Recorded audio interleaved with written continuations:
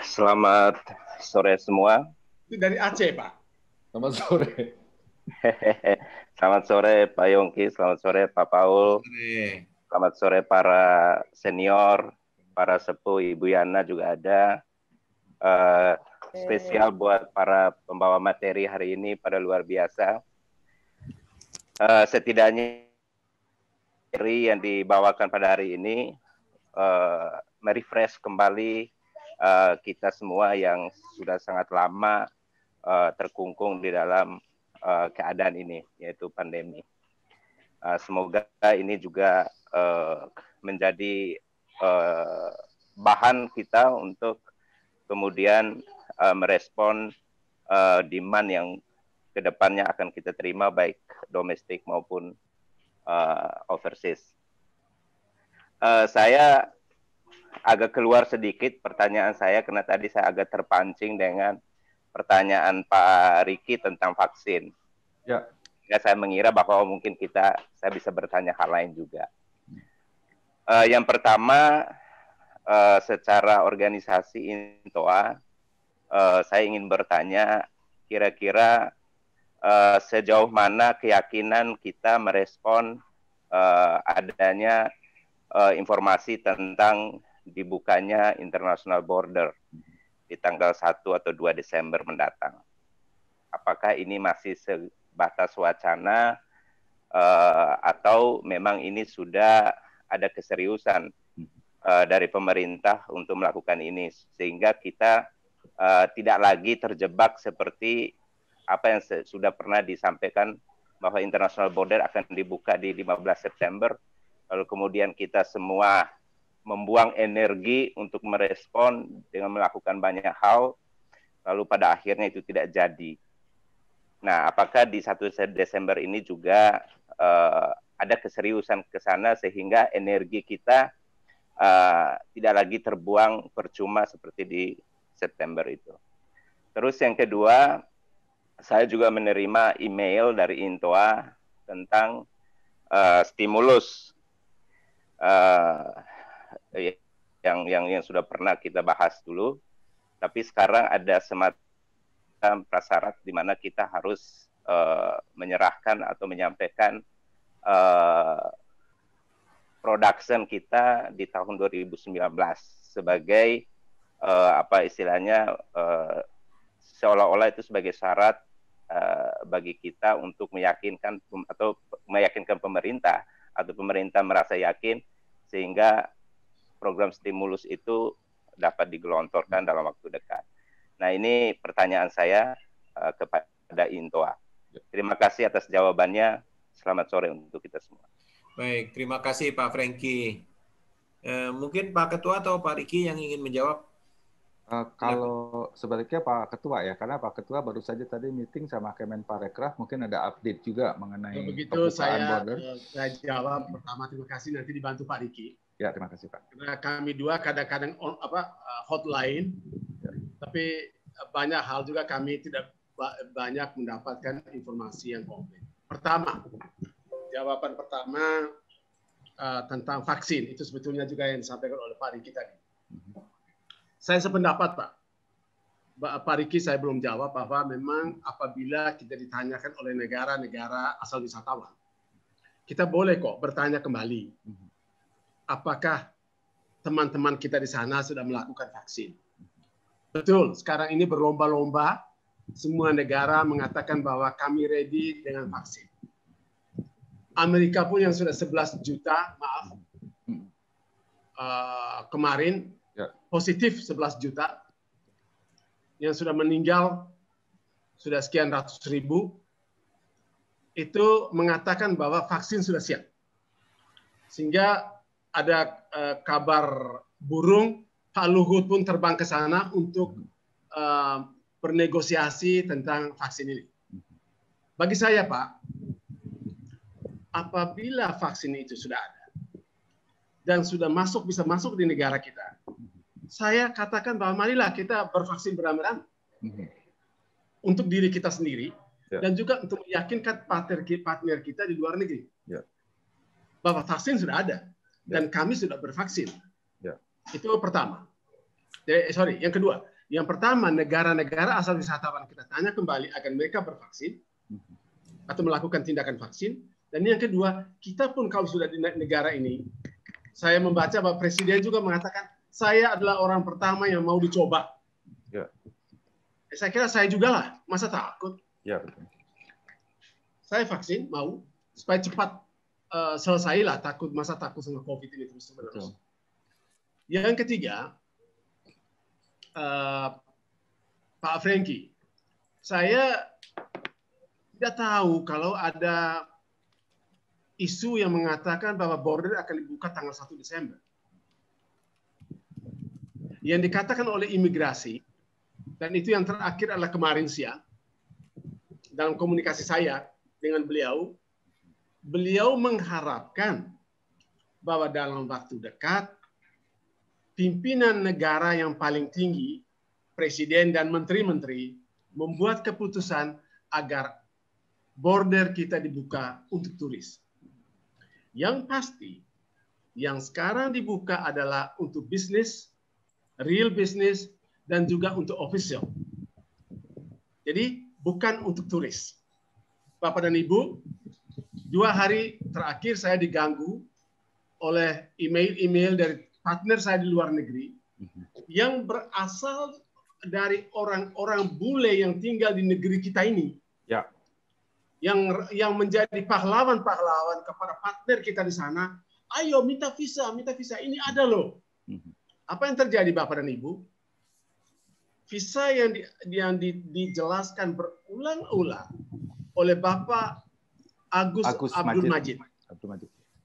Itu teman kita, saudara kita. Itu sangat jelas bahwa itu adalah visa untuk bisnis. Tetapi di dalam beberapa koran nasional yang di luar negeri, itu dikatakan bahwa Menteri Pariwisata mengatakan, silahkan untuk turis mulai memanfaatkan visa bisnis. Visa ini. Visa yang disebut e-visa. Bapak dan Ibu, saya harus mengatakan, Pak Agus mengatakan dengan bahasa yang sangat sederhana, yang sangat Jawanis, gitu loh. Ya barangkali ada kekeliruan dikit. Tapi kalau saya harus mengatakan, this is a real misunderstanding. Yang bisa mengacaukan hubungan kita dengan teman-teman kita, partner-partner kita di luar negeri. Tapi mari kita harapkan berdoa bersama-sama agar dibuka border kita. Tetapi maaf sekali lagi, saya belum pernah mendengar bahwa 1 Desember insya Allah dibuka. Enggak, jangan dulu katakan itu. Belumlah. Yang terakhir, Bung Franky, permintaan untuk menyampaikan daftar berapa wisatawan yang kita tangani dalam tahun 2019 semata-mata untuk membuktikan, betul, membuktikan kepada pemerintah bahwa kita juga punya andil untuk mendatangkan devisa negara ini. Yang kita sudah dengar adalah bahwa yang akan mendapat stimulus dalam waktu dekat adalah hotel dan restoran. Kita tidak, Pak. Oleh karena itulah kami mencoba meminta teman-teman cepat-cepat kirimlah data-data itu. Seberapa yang bisa dikumpulkan. Tidak ada hubungan dengan urusan pajak. Yang penting bahwa kita ingin membuktikan, dan hari ini pun saya berbicara dalam pertemuan dengan Pak Sigit, dengan jajaran beliau di Bali, saya mengatakan bahwa ini loh offline yang sudah berjuang lebih dari 50 tahun. Malah ada yang sudah lebih dari 100 tahun. Ya Nitur. Nitur itu sudah berjuang lebih dari 100 tahun.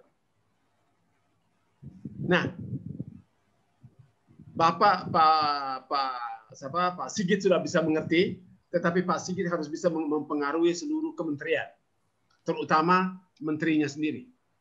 Dan itu saya akan minta kepada Pak Sigit supaya bisa menjelaskan kepada beliau, kalau bisa. Kalau tidak bisa ya kita menjelaskan lewat koran.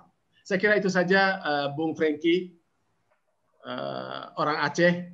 Terima kasih banyak. Wassalamualaikum warahmatullahi wabarakatuh. Baik, terima kasih Pak. Terima kasih Pak Ketua. Pak Riki barangkali bisa nambah. Ya, begini Pak Franky, kita miris ya. Hari ini saya terima list data dana hibah hotel-hotel di Kabupaten Badung, Pak Paul. Ya. Itu kayak Hotel Fontana dapat 400 juta, ya. 400 juta, lalu Hotel Mulia dapat 28 miliar, ya. Karena itu kan dihitung pajaknya mereka, Pak. Banyak, itu ada hampir, saya ada 122 halaman itu. Di situ didescribe jelas berapa nilai uangnya dan lain-lain. Jadi kita miris bahwa sebetulnya itu kan ada tamu kita juga, kita berkontribusi juga di situ. Jadi kenapa kok kita yang sudah berjuang bertahun-tahun untuk berkontribusi untuk pariwisata Indonesia, terutama mengisi hotel-hotel yang ada bukan hanya di Bali, seluruh Indonesia, kok Menteri pun tidak mau dengar kita atau tidak mau menerima kita, itu agak miris, Pak. Itu saja. Hari ini kalau Pak Paul mau sharing sama saya mengenai berapa biayanya dari hibah itu per hotel, saya bisa kirim, Pak, per WhatsApp. Silakan, Pak. Silakan, Pak. Menjadi bahan saya juga, Pak. Ya, Pak. Ya, Pak.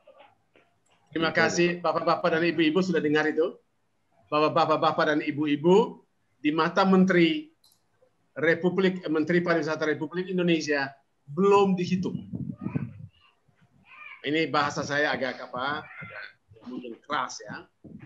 Kalau Ibu, maaf dia tadi ada Ibu Reno.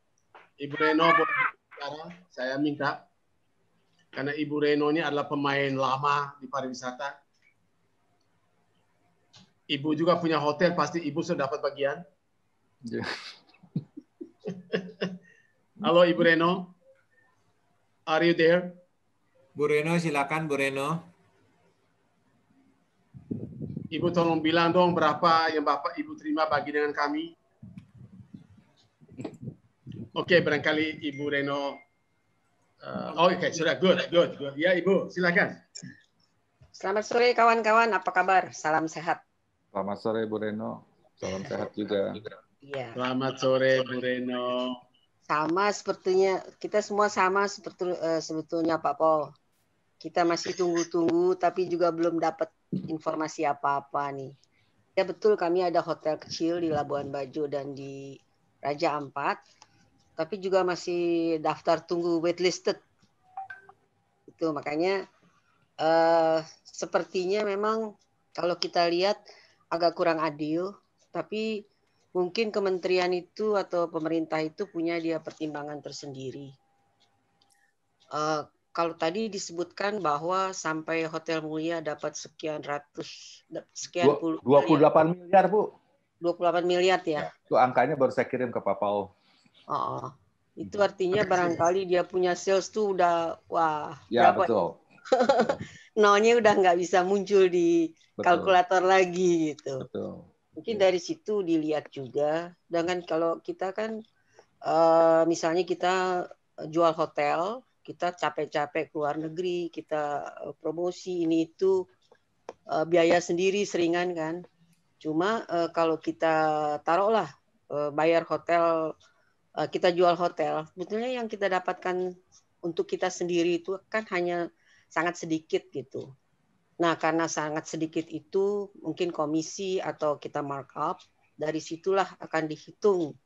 Barangkali itu salah satu pertimbangan pemerintah juga gitu. Agak susah ya kalau kita mau kita ingin disamakan dengan hotel atau yang lain gitu, tetapi hitung-hitungannya mungkin agak beda gitu. Jadi otomatis juga akan berbeda jatuhnya. Kira-kira demikian. Terima kasih Bu. Terima kasih. Saya pikir kalau saja Ibu dengan Pak Kirtio dan saya tidak membangun di Labuan Bajo, tapi kita bangun losmen di Denpasar pada tahun 80-an. Sekarang kita terima duit Ibu. Iya. Mudah-mudahan. Baik, saya kembalikan ke Pak Yongki.